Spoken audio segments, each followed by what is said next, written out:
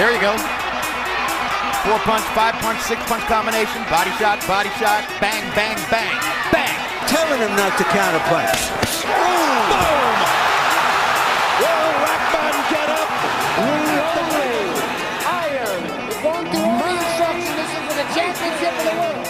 I expect a tough, clean fight. Protect yourself at all times. Any questions from the challenger? Welcome back to another fun episode of the Fight City podcast. I'm your host, Alden Kodash, and I'm joined today by Jeff Fuss. We're in the wake of a big upset in the heavyweight division. By the odds, not so much, but the way that Oleksandr Usyk put on a display of professionalism, skill, and everything else against Anthony Joshua. I can't really say enough about him and how happy we are for him. Jeff, how are you feeling in the wake of this performance? In awe for Usyk. Such a huge accomplishment, and also, with this is his third fight in the heavyweight division, and he's already a heavyweight world champion. So I can only imagine. I wish I had a sense of what he's feeling. Yeah, it must be pretty surreal right now. Although he seemed supremely confident going in, I'm sure he was confident that he was going to come out with the victory one way or the other. But that sense of relief when he got the official victory by the 3 scores, that definitely was something else against Joshua. And there was the sense that the judges weren't going to be fair to him. I mean, there were boxing analysts predicting a robbery in this fight, but to their credit, the judges, all 3 of them, had it very consistently. They're very in line with each other and very in line with the general population, which is something you don't always get. And it was just a great event for boxing that was culminated with good scoring. Yeah, I'm very thankful for those judges. Right when they got down to the announcement for that decision, I feel like everyone was holding their breath. Like as you said, like the announcers, are we waiting to see a robbery? Is this possible? I mean, we've had a lot of really sketchy scorecards in the past, and fighting in Joshua's hometown, he's a huge. I mean, probably the biggest draw at the moment, outside of, I guess, Canelo Alvarez. I wouldn't have been surprised to see the decision go that other way. Of course, no one would have been happy about it, but I'm so relieved for Usyk. Yeah, especially there was the undercard fight with Campbell Hatton beating Sonny Martinez. That was a very poor scoring done by the referee only, really. But they had top-notch officials. Steve Weisfeld, one of the best. He was among the 3. I was just surprised with how aligned they were in their overall score. I haven't seen round by round how the judges scored and how they differed, but there were a lot of swing rounds in there, especially in the middle rounds as Joshua started to come back. But I think Usyk really controlled the early and the late rounds, having Joshua in big trouble on 2 different occasions and landing a lot of big shots, more shots on Joshua than I think anyone ever landed before, according to CompuBox. So I think the fact that he won the fight should be without surprise. But the fact that he had such consistent scoring in his favor, I'll caveat that with saying, as I said before, I'm not sure how they scored round by round, but such consistent scoring, it was a good job on the boxing officials. But what do you think worked best for Usyk to get this victory? I really appreciated, and I was actually really nervous. We all know that Usyk has a high work rate. He's always active. But I've been curious to see how that's going to translate with him going to the heavyweight division. He fought Chaz Witherspoon and Derek Chisora. Now, with Joshua, who weighed 20 pounds, 19 pounds more than him, I was really curious to see, would he be able to go 12 consistent rounds of high activity with volume punching? But the timing, that left hand down the middle, and constantly changing levels and keeping Joshua thinking, I think really was what paid off for him. Yeah, absolutely. I think it's a classic case of Usyk is a tremendous fighter in fighting to the level of his opposition. I picked against him not remembering that because I've seen him look somewhat lackluster at cruiserweight and then put on master classes against Gassiev, for example. This was kind of similar to what happened here. He was inactive, not the best 2 performances against Witherspoon and Derek Chisora.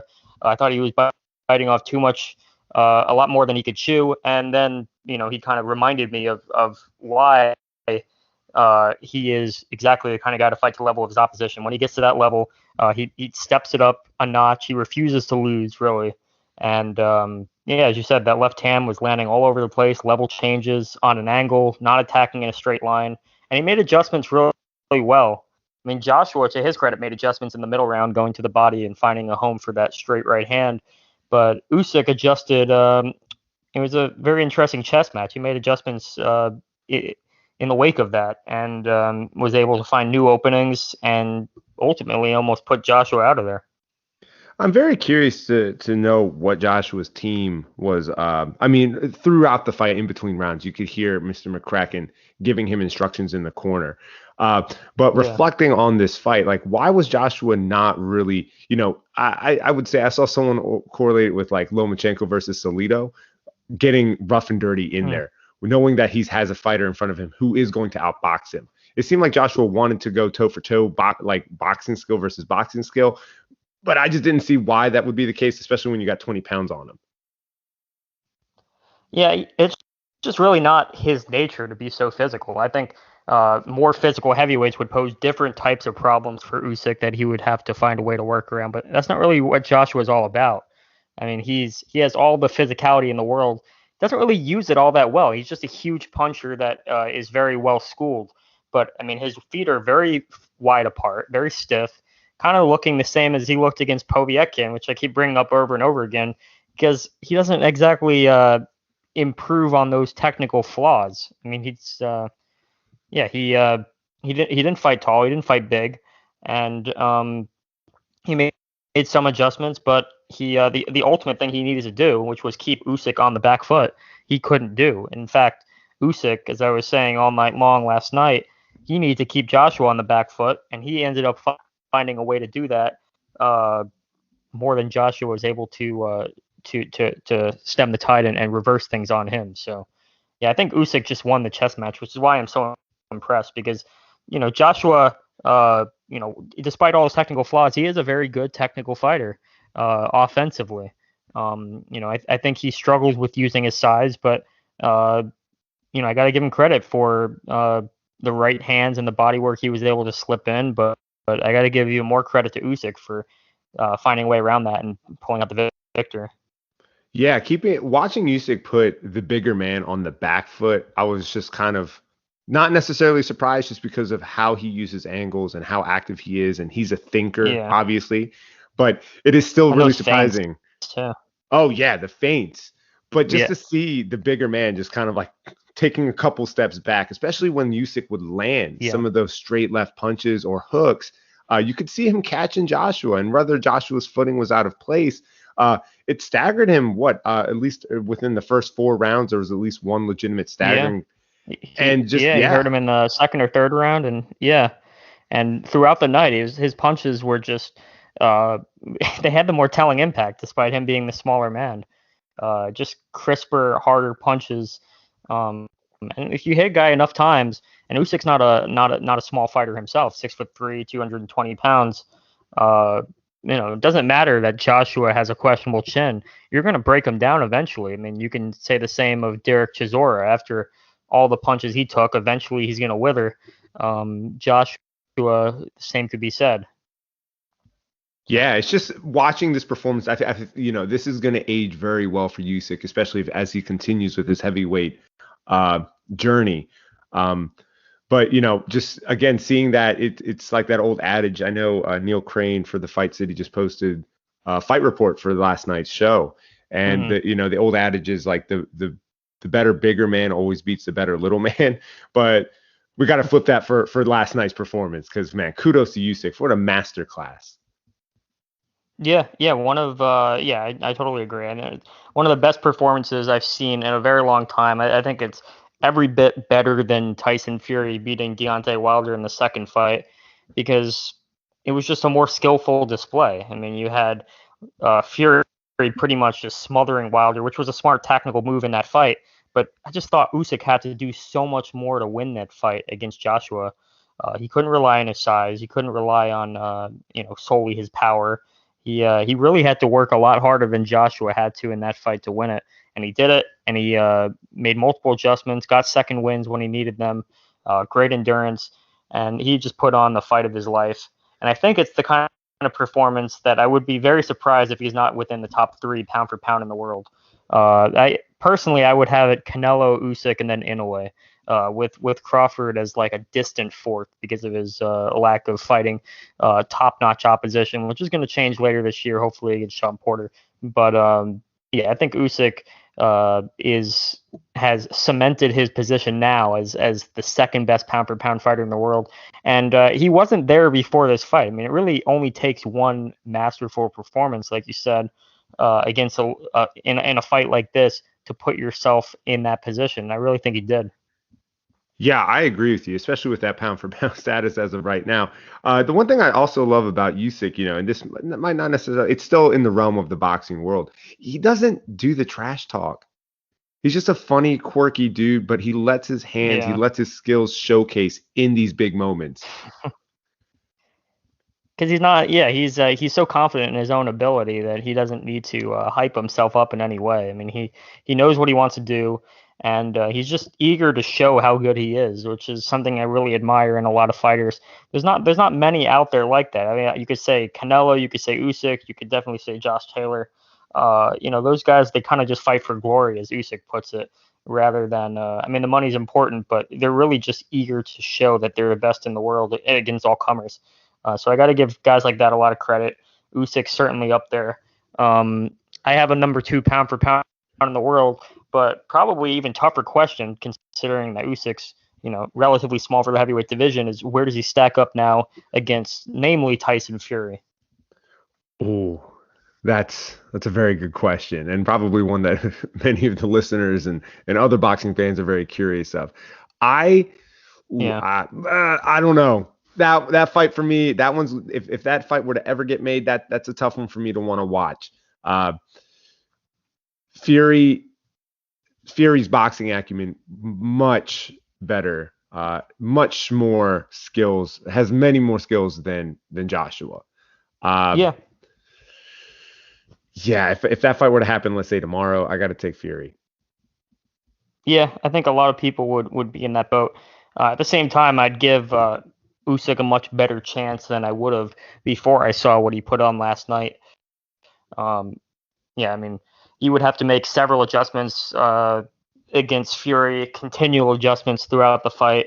But I think it would be, much tougher technical task, as Fury is very fluid, unlike Joshua. He's bigger than Joshua. He has multiple dimensions to his game. And I think that'd be a great fight, though. And, if it ends up being Fury versus Usyk, if both of them get past their next opponents, I'm assuming that Usyk's going to have to fight Joshua again if Joshua exercises his rematch clause, and if Fury is able to get past Wilder in a few weeks, that would be the fight to make.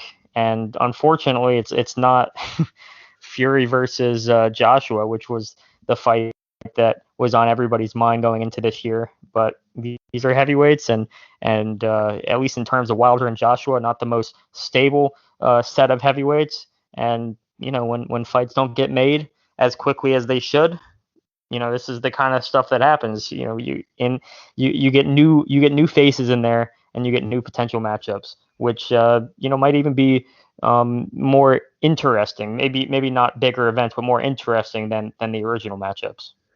I am kind of curious, based on Joshua's post-conference interview, saying that none of the fights, for example, like him versus Fury, him versus Wilder, are off the table. The chasing the undisputed title, is like a really nice thing to do. But he even challenged, I guess, the person asking the question, would you still watch me fight, Wilder or Fury if there's no belts on the line? And he was like, yeah, duh. Like you want to see the best fight the best. You want to see the round robin of the top heavyweights go at it. And I really am curious though, like how much does he truly mean that? Because I'd watch those fights. I would, I'd watch them in the losers circle after if and when Fury and Usyk rise to the top and fight each other. I think Joshua has a little soul searching to do. First of all, he's got to get that eye checked out. He's got to see if he has a broken orbital and there's any career threatening injuries there. I mean, eye injuries like that are no joke. Kudos to his cut man for being able to reduce that swelling. I thought his eye was about to swell shut like an Arturo Gatti eye against like a Wilson Rodriguez or something like that. But yeah, his eye made it through. He definitely has some damage. So first of all, physically, you got to see if he's still there. But he's a good sport in defeat. I mean, I've seen him after the Andy Ruiz fight. All smiles, definitely concussed in that situation. Not sure if he had a concussion last night, but he came back better. Not the best, obviously, not a good version of Ruiz, but he did come back and switch things up. So he's a good sport. Him and Eddie Hearn are definitely good sports, good patrons of boxing. But it's a tough loss, and this is not really a loss like getting smacked by Andy Ruiz. When he could have been coming into the ring with some pre-existing concussions. He was just thoroughly outboxed, no excuses at all in this fight, and just getting beat by the better fighter. I'm not going to put it against him that he lost this fight, but I kind of want to move on to the winner, Usyk, and what he can do. It looks like he's going to have to fight Joshua again if Joshua wants it. But the focus for me right now is just not really so much on Joshua anymore. Yeah, unfortunately, like you said, he does have to do some soul searching. A crushing defeat. He now has 2 defeats on his ledger. If he wants to take the rematch, I guess it was in the contract, so he can exercise that right. I'm not entirely sure if I see him winning in the rematch, but like you said, now the focus is on the spotlight's on Usyk. And it's like, where are you going to go from here? Take the winner from Wilder Fury, which I just hope they don't let these quote fights like marinate. Can we just get them while we can? Because none of these guys are like young spring chickens. Well, that's what I've been saying about Wilder and Joshua for the longest time. I've been saying that for years. These guys are just they're not good enough to be able to let this fight marinate. Something's going to happen. Something's going to upset the apple cart. They both have had crushing losses in Joshua's case too. Since I've made those comments. And now those guys, if Wilder loses to Tyson Fury in a couple weeks, he has the second loss, and people want to see him, but he's out of the top picture of heavyweight unifications. So, the fact that those fights couldn't get made, it's really all on them and the inability of their backers to make a fight happen there. But yeah, Fury versus Usyk. Hopefully that fight doesn't suffer in the same kind of manner. I know that there was some very positive comments from Eddie Hearn working with Usyk's handlers and how easy it was to make that fight. When guys want to fight each other and prove they're the best, concessions will be made and fights will happen. So hopefully that happens here. Fury, it's harder to say. He's very inactive lately, and there's been some business difficulties in making fights happen when they should. Obviously, the Wilder fight, the third fight, which had a rematch clause that took over a year and a half to materialize. Hopefully, we have a unified heavyweight champion sometime in this generation. Yeah, that would be nice. We're gonna, keep my fingers crossed here, hoping for the best, right? And then also, like, as true boxing fans, we know disappointment. We've had many disappointments. Yeah. But there's some other interesting fights for Usyk. Like, I'd like to see him fight Andy Ruiz. I know he'd win that fight, but I think it would be an interesting fight. Him against Ruiz, him against Dillian White. These are some good fights. But the only fight I could really see him losing at this stage is against Tyson Fury, which would be a really daunting, tall task, literally and figuratively, for him to get past. But a good fight nonetheless. Not as big as Fury versus Joshua would have been, or that series of fights like they were planning in advance. That kind of leads us to our next question: is who wins Fury versus Wilder, the third fight? I just don't see Wilder doing too much of anything different to beat Fury. Yeah. But Seeing, I'm always, I always kind of chuckle when I see fighters posting certain things on social media. I guess him hitting mitts with Mr. Scott, uh, and hitting towards the body, changing it up. There's some things that I'm going to kind of question. I'm pretty sure many other actual trainers out there are really questioning like certain things that he's posting. But I'm curious to see if he's willing or able to implement any of those changes in this third fight, or will he resort back to what we all know Wilder for? Let me try to load up on that right hand. Let me see if I can land that left hook and put the guy out. But I guess that makes me kind of also wonder, like, how well has Fury been? How well is his preparation for this fight? And is Wilder all there mentally? But those are some questions that I have. Was he ever really? Yeah. Was Wilder ever? I mean, the thing I was very skeptical of watching Malik Scott and Wilder work together in living rooms and other areas back during the pandemic when it was in 2020, back when the pandemic was full force, full steam ahead. But Malik Scott is very well touted by boxing insiders as a very knowledgeable trainer. It's just the question is if you can teach an old dog new tricks. Wilder's 35. He's fought most of his career as a one-trick pony, and he's showing new things on the mitts. But how does that equate to being in the ring with a guy like Fury, who's mentally got your number and is supremely confident, bigger than you, has shown more dimensions in the ring, not just on social media on the mitts. You'd have to pick Fury in that sense, unless there is something truly wrong with Fury's preparation, which is not outside the realm of possibility, considering that him and his team came down with COVID just months back. We've seen fighters like Jamel Herring not be 100% in their first fight back from COVID, so there is some question marks there. Wilder is, he might not be all there mentally, but he is very eager to avenge his first loss. So that might materialize into some special drive that helps put him over the edge in this fight. I've said, or I would say that since this fight has marinated, and unfortunately this fight is marinated because this is not really one of the fights I really wanted to see, it's made me really question whether or not this is going to be such a shoe-in victory for Tyson Fury that I would have predicted a year ago it would have been.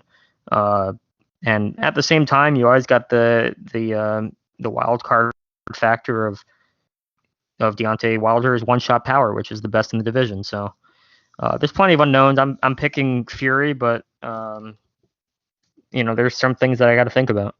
Yeah, no, I agree. Like you said, that's the one thing in boxing, right? Everyone has a puncher's chance, and with Wilder, that's what makes him so tantalizing, like wanting us to watch. Obviously, the first fight between them was a draw. Then the second fight was Fury defeating him. I'd say, it's pretty obvious. But he lands that big shot. Fury's recuperative ability. How has COVID affected him? It's always there for the taking. And it has made me like, all right, I'll watch this trilogy fight. I know some people are just like, oh, whatever. But it's still a heavyweight showdown with, I'd say 2 of the top 5 guys. So like, why not watch it and enjoy it while we can? Because after this, if Fury wins, is it the calling card for Wilder? Is he like, I'm kind of done with this? Because like we talked about it just a minute ago, like how well is he mentally if he was always ever there 100%? But I could see this possibly being like, I'm kind of done with this whole fighting thing, and I have enough money where I can retire and live a normal, comfortable life. Yeah, I definitely agree. If Wilder falls short here, and if Joshua takes the rematch and loses, and it could be the end of both of them, which is unfortunate. They never got to fight each other in a fight that people couldn't stop talking about in 2018, early 2019 timeframe.